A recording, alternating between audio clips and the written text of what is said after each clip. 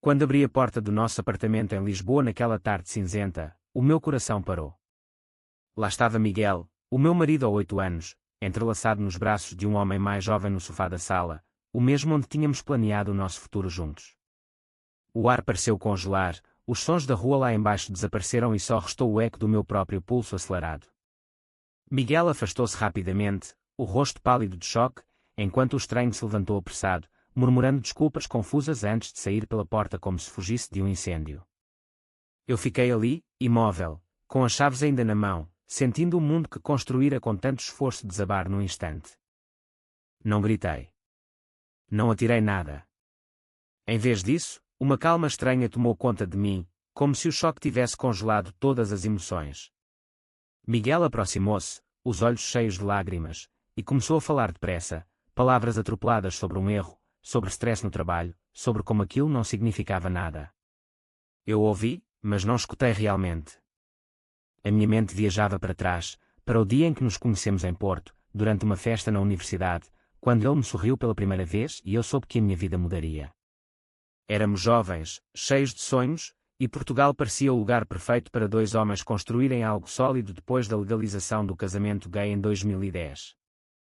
Casámo-nos 5 anos depois, numa cerimónia simples em Sintra, rodeados de amigos e da minha família que, apesar de alguns olhares hesitantes, nos apoiou.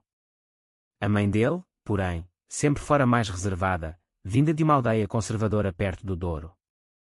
Agora, 8 anos depois, vivíamos no Príncipe Real, bairro que adorávamos pela sua energia aberta, com cafés onde podíamos andar de mão dada sem medo. Eu trabalhava como arquiteto num estúdio perto da Praça do Comércio, projetando casas que simbolizavam estabilidade. Miguel era designer gráfico freelance, mas ultimamente andava distante, chegava tarde, respondia mensagens com demora. Eu tinha notado, mas atribuir ao cansaço, à pressão dos prazos. Como pude ser tão cego?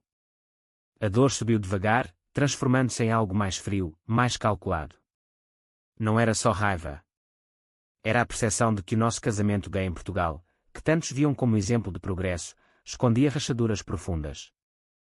Saí do apartamento sem dizer mais nada, caminhei pelas ruas empedradas até ao mirador de São Pedro de Alcântara, onde o Tejo brilhava ao longe.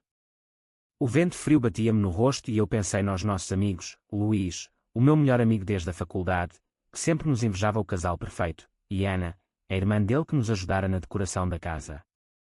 Como contaria a eles? Como enfrentaria a família? Mas acima de tudo, uma ideia começou a formar-se na minha cabeça, não de vingança, mas de justiça. Eu não ia simplesmente divorciar-me em silêncio, como muitos faziam para evitar escândalo. Não. Eu ia forçá-lo a olhar para o espelho do que tínhamos construído e destruído. A escolha que tomei ali, sentado num banco com vista para a cidade, foi a de não fugir. Iria confrontá-lo, mas de forma que ele não pudesse escapar às consequências. Voltei para casa horas depois, quando já era noite, e Miguel esperava-me com o jantar pronto, olhos inchados de choro. Vamos falar, disse eu, sentando-me à mesa. E foi aí que comecei a plantar as sementes da minha decisão. Nos dias seguintes, fingi normalidade, mas por dentro planeava. Falei com Luís em segredo, num bar em Bairro Alto, onde a música alta cobria as nossas vozes. Ele ficou chocado, mas apoiou-me. Tu mereces mais que isto, Alexandre, disse ele, usando o meu nome completo como sempre fazia quando a situação era grave. Discutimos opções, divórcio rápido, terapia de casal, ou algo mais radical. Eu escolhi o caminho que mais doía, fazer Miguel enfrentar não só a mim, mas a todos que nos rodeavam. Marquei uma viagem a Porto para visitar a família dele, sem lhe dizer o motivo verdadeiro. Ele aceitou, aliviado por eu não ter explodido. Mas eu sabia que aquele fim de semana seria o começo do fim da ilusão. A minha mente girava em torno das memórias boas, as férias na costa da Caparica, onde caminhávamos de mão dada na praia gay, as noites a cozinhar juntos, os planos de adotar uma criança. Tudo parecia tão real. Agora, era como se eu tivesse acordado de um sonho longo. A escolha que fiz não era abandonar, era obrigá-lo a crescer, mesmo que isso significasse perder-me. E assim, com o coração apertado mas determinado, preparei as malas para a viagem que mudaria tudo. A viagem de comboio até Porto foi silenciosa, o tipo de silêncio que pesa mais que palavras. Miguel tentava conversar sobre o trabalho, sobre um projeto novo que o mantinha ocupado, mas eu respondia com monossílabos, olhando pela janela para as vinhas que desfilavam. Ele não sabia que eu tinha contactado a mãe dele dias antes, dizendo que queria uma conversa familiar importante. Quando chegámos à casa antiga no bairro de Miragaia, com as paredes de azulejos azuis e o cheiro a bacalhau no ar, a tensão era palpável. A mãe dele, Dona Teresa, abraçou-nos como sempre, mas os seus olhos, herança de uma geração mais tradicional, carregavam aquela reserva que eu sempre sentira. O pai, já falecido, deixara-lhe uma visão rígida do que um homem de verdade devia ser, mesmo depois de aceitar o nosso casamento gay em Portugal. À mesa do jantar, com os primos e a tia presente, eu esperei o momento certo. Miguel ria nervoso, contando anedotas do trabalho, mas eu via o suor na sua testa. Quando o café foi servido, levantei-me e disse calmamente: temos algo a discutir. Miguel tem algo a dizer-vos. O silêncio caiu como uma pedra. Ele olhou-me aterrorizado, percebendo que eu não ia proteger o segredo. Alexandre, por favor, murmurou. Mas eu continuei, voz firme: ele traiu-me. Com outro homem. E eu decidi que não vamos varrer isto para debaixo do tapete. Dona Teresa deixou cair a colher, o rosto empalidecendo. Os primos trocaram olhares, um deles, o mais novo, baixou os olhos para o prato. Miguel tentou explicar, gaguejando sobre um erro passageiro, sobre como me amava, mas as palavras soavam vazias mesmo para ele. Aquela noite foi longa. Dona Teresa chorou no quarto, questionando onde falhara na educação do filho. Eu fiquei na sala com Miguel, explicando a minha escolha: não era vingança, era responsabilidade. Tu traíste não só a mim, mas a nós os dois, ao que construímos apesar de tudo o que a sociedade nos atirou. Agora, vais enfrentar isso com a família, com os amigos, com o teu trabalho. Eu não vou fingir que está tudo bem. Ele pediu perdão, ajoelhado quase, mas eu vi pela primeira vez o peso verdadeiro da culpa nos seus olhos. No dia seguinte, caminhámos pelas margens do Douro, o rio brilhando ao sol, e eu contei-lhe como me sentia perdido desde a descoberta. Falei do medo que tinha de perder a identidade que lutámos por construir, do orgulho gay que Portugal nos permitia mas que a família ainda questionava em silêncio. Miguel ouvia, pela primeira vez realmente ouvia, e começou a abrir-se sobre as suas próprias inseguranças, o stress que o levara ao erro, o medo de envelhecer e de não ser suficiente. De regresso a Lisboa, a notícia espalhou-se devagar entre os amigos. Luís organizou um jantar só para nós três, onde Miguel se desculpou abertamente. Mas eu via que a escolha estava a funcionar, ele marcara terapia individual, algo que nunca quisera antes. Eu, por minha vez, mergulhei no trabalho, projetando uma casa nova em Cascais que simbolizava recomeço. As noites eram difíceis, cheias de sonhos onde revivia a cena no sofá, mas também de momentos de clareza. Percebi que o nosso relacionamento gay não era perfeito, mas que a traição exposta forçava um crescimento que o silêncio nunca permitiria. Uma semana depois, Miguel propôs uma viagem a Sintra para recomeçar, só nós os dois. Eu aceitei, mas com condições: transparência total e envolvimento da família dele no processo.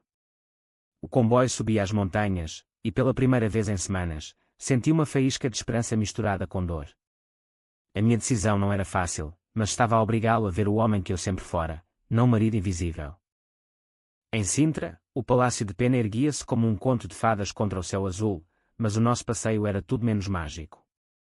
Miguel segurava a minha mão com hesitação, como se temesse que eu a soltasse a qualquer momento. Falámos horas a fio nos jardins, sentados num banco de pedra com vista para as colinas verdes.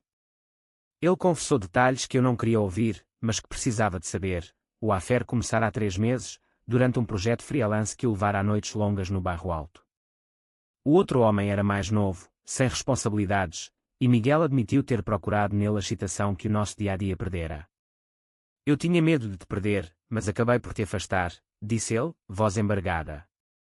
Eu respondi com a verdade nua: a escolha que fiz foi não te deixar escapar. Porque se fugíssemos disto, nunca cresceríamos. De volta a Lisboa, a pressão familiar intensificou-se. Dona Teresa telefonava diariamente, primeiro com acusações veladas a mim por ter exposto o filho, depois com pedidos de perdão e sugestões de terapia conjunta.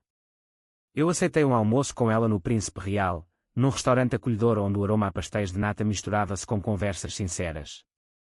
Ela revelou o seu próprio conflito interno, orgulhosa do progresso de Portugal com o casamento gay, mas ainda carregando o peso da educação católica tradicional. Eu quero que o meu filho seja feliz, Alexandre, mas ele tem de aprender a ser homem de verdade. As palavras doeram, mas abriram portas. Miguel juntou-se mais tarde e, pela primeira vez, discutimos abertamente o impacto da traição na nossa rede social. Os amigos dividiram-se, alguns apoiavam-me incondicionalmente, outros achavam que eu era demasiado duro. No trabalho, as coisas também mudaram. O meu chefe notou a minha distração e ofereceu apoio discreto, sabendo da nossa história como casal gay visível na comunidade. Eu mergulhei em projetos novos, desenhando espaços que representavam liberdade e honestidade. Miguel, por sua vez, perdeu um cliente importante quando a notícia chegou aos círculos profissionais, consequência direta da minha escolha de não silenciar. Ele não me culpou, mas viu o arrependimento crescer nele como uma semente. Uma noite, em casa, depois de um jantar simples, ele disse: "Tu estavas certo. Eu precisava de enfrentar isto." Chorámos juntos, não de paixão como antes, mas de alívio misturado com dor. A minha decisão estava a transformá-lo, forçando-o a questionar a sua própria identidade e o papel que desempenhara no nosso casamento gay em Portugal. Contudo, o conflito interno não acabara. Eu lutava com dúvidas: estaria a ser justo ou vingativo?